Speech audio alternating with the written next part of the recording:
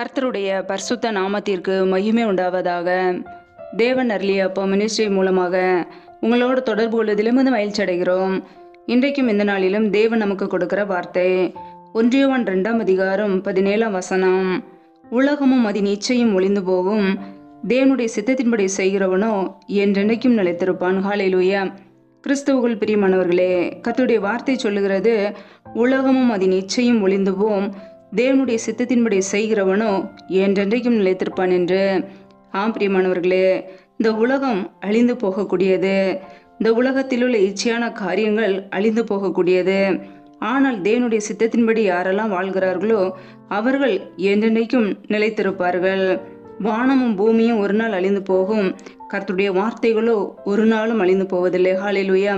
நம்முடைய வாழ்க்கையிலே தேவனுடைய சித்தத்தின்படி அவருடைய வார்த்தையின்படி வாழ்கிறோமா? அவருடைய வார்த்தையின்படி நாம் வாழ்ந்தோம் என்றால் என்றென்றைக்கும் நிலையான வாழ்வை நாம் பெற்றுக்கொள்ள முடியும். இந்த உலகத்தில் உள்ள காரியங்கள், உலகத்தில் உள்ள இச்சையான காரியங்கள், அழிந்து போகக்கூடிய காரியங்கள், தீமையான காரியங்கள், பாவ காரியங்கள், அசுத்தமான காரியங்கள், இப்படிப்பட்ட காரியங்களிலிருந்து விலகி கர்த்தருடைய பிள்ளைகள் தேவனுடைய சித்தத்தை செய்ய வேண்டும். ஹல்லேலூயா. வேதத்தில் நாம் பார்க்கிறோம், 1 தெசலோனிக்கேயர் 4 அதிகாரம் 3 நீங்கள் பரிசுத்தம் உள்ளவர்களாக வேண்டும் என்பதே தேவனுடைய சித்தமாய் இருக்கிறது என்று வசனம் சொல்கிறது. பிரியமானவர்களே, நாம் பரிசுத்தம் உள்ளவர்களாய் மாற வேண்டும் என்பதே கர்த்தருடைய விருப்பம். ஒவ்வொரு நாளும் கர்த்தருடைய பிள்ளைகள் பரிசுத்தம் உள்ளவர்களாய் வாழ வேண்டும் என்பதையே தேவன் விரும்புகிறார். இந்த உலக துன்மார்க்க காரியங்களுக்கு, இந்த உலக அசுத்தங்களுக்கு, இச்சையான காரியங்களுக்கு விலகி கர்த்தருடைய பிள்ளைகள் தங்களை காத்து கொள்ள வேண்டும். வேத வசனத்தின்படி காத்து கொள்ளும் போது, அவருடைய வார்த்தைக்கு கீழ்ப்படிந்து பரிசுத்தத்தில் நிலை நிற்கும் போது என்றென்றைக்கும் நிலைத்திருக்கும்படியான அந்த நிலையான பரலோக ராஜ்யத்தை நாம் சுதந்திரித்துக் கொள்ள முடியும். ஹல்லேலூயா. வேதத்திலே நாம் பார்க்கிறோம், 1 யோவான் 2 அதிகாரம் 15 உலகத்திலும் உலகத்தில் உள்ளவைகளிலும் அன்பு கூறாதிருங்கள். ஒருவன் உலகத்தில் அன்பு கூர்ந்தால் அவனிடத்தில் பிதாவின் அன்பில்லை என்று வேதம் சொல்கிறது.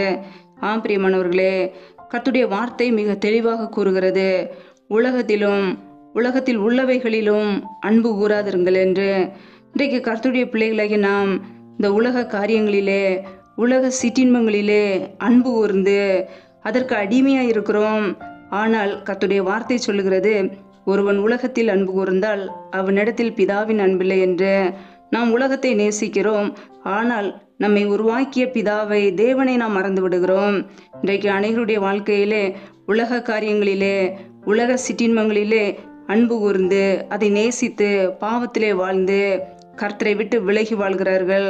கர்த்தருடைய பிள்ளைகள் கர்த்தரிடத்தில் அன்பு கூற அழைக்கப்பட்டு இருக்கிறோம். ஹல்லேலூயா. வேதத்தில் நாம் பார்க்கிறோம், யாக்கோபு 4 அதிகாரம் 4 விபச்சாரரே, விபச்சாரிகளே, உலக சிநேகம் தேவனுக்கு விரோதமான பகை என்று அறியீர்களா?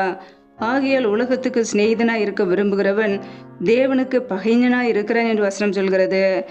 பிரியமானவர்களே, யாரெல்லாம் உலகத்தை நேசிக்கிறார்களோ, உலகத்தில் உள்ள சிற்றின்ப காரியங்களை நேசிக்கிறார்களோ, உலகத்தில் உள்ள அழிந்து போகிற காரியங்களை நேசிக்கிறார்களோ அவர்கள் தேவனுக்கு பகைஞர்கள், தேவனுக்கு விரோதமானவர்கள் என்று வேதம் சொல்கிறது. நம்முடைய வாழ்க்கையிலே உலக காரியங்களிலே, உலகத்திற்கு நாம் அடிமையாக இருக்கிறோமோ, ஏதோ ஒரு காரியத்திலே, இச்சைகளிலே அல்லது சொத்துக்களை சேர்ப்பதிலே, பணத்தை சேர்ப்பதிலே, இச்சையான காரியங்களிலே நாம் அடிமையாக இருக்கிறோமோ, நாம் தேவனுக்கு விரோதமான காரியங்களை செய்கிறோம். கர்த்தருடைய பிள்ளைகள் உலகத்தை நேசித்தோம் என்றால், உலகத்துக்குரிய காரியங்களை நேசித்தோம் என்றால் நாம் தேவனுக்கு விரோதிகளாய், பகைஞராய் இருக்கிறோம். அதை அறிந்து கொள்வோம். நம்முடைய வாழ்க்கையிலே கர்த்தர் மீது அன்பு கூறுகிறோமா? தேவனுடைய ராஜ்யத்தை குறித்த காரியங்களை விரும்புகிறோமா? நித்திய ஜீவனை விரும்புகிறோமா? நம்மை நாமே சற்று ஆராய்ந்து பார்ப்போம்.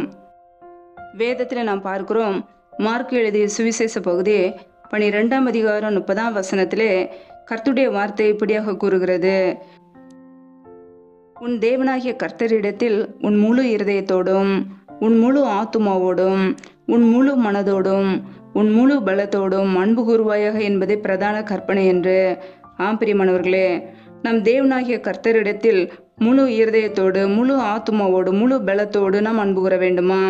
நம்முடைய வாழ்க்கையிலே நம்முடைய இருதயத்திலே தேவையில்லாத காரியங்கள், மற்றவர்களை குறித்த சிந்தனைகள், வீணான எண்ணங்கள், தேவையில்லாத காரியங்கள் இல்லாதபடிக்கு நாம் காத்துக்கொள்ள வேண்டும்.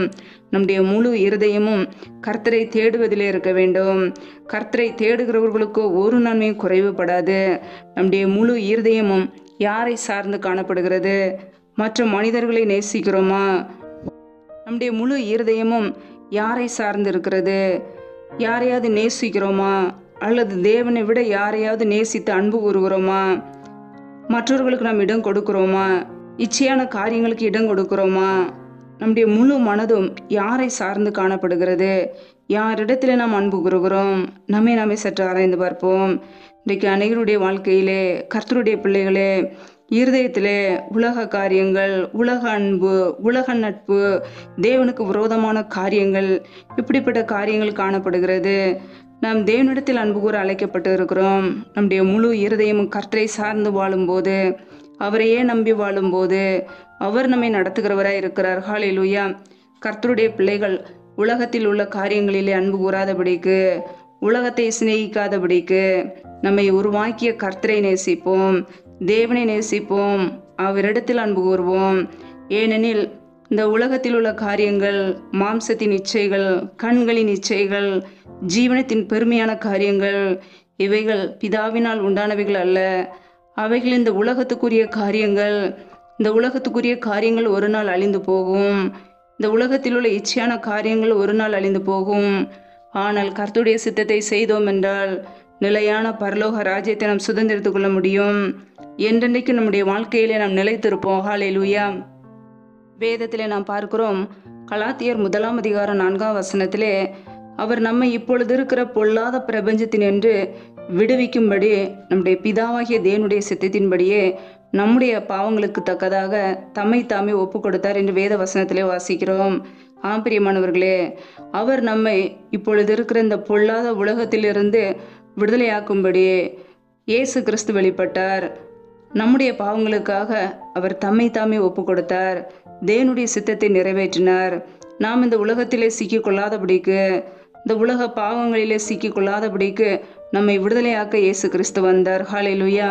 நாம் இயேசு கிறிஸ்துவை நம்பும் போது, அவரை ஏற்றுக்கொள்ளும் போது, அவரை விசுவாசிக்கும் பொழுது, நம்முடைய பாவங்களை அறிக்கையிடும் போது, அவருடைய விலையேறப்பட்ட இரத்தத்தினால் நம்மை சுத்திகரித்து மீட்டெடுக்கிறார். ஹல்லேலூயா.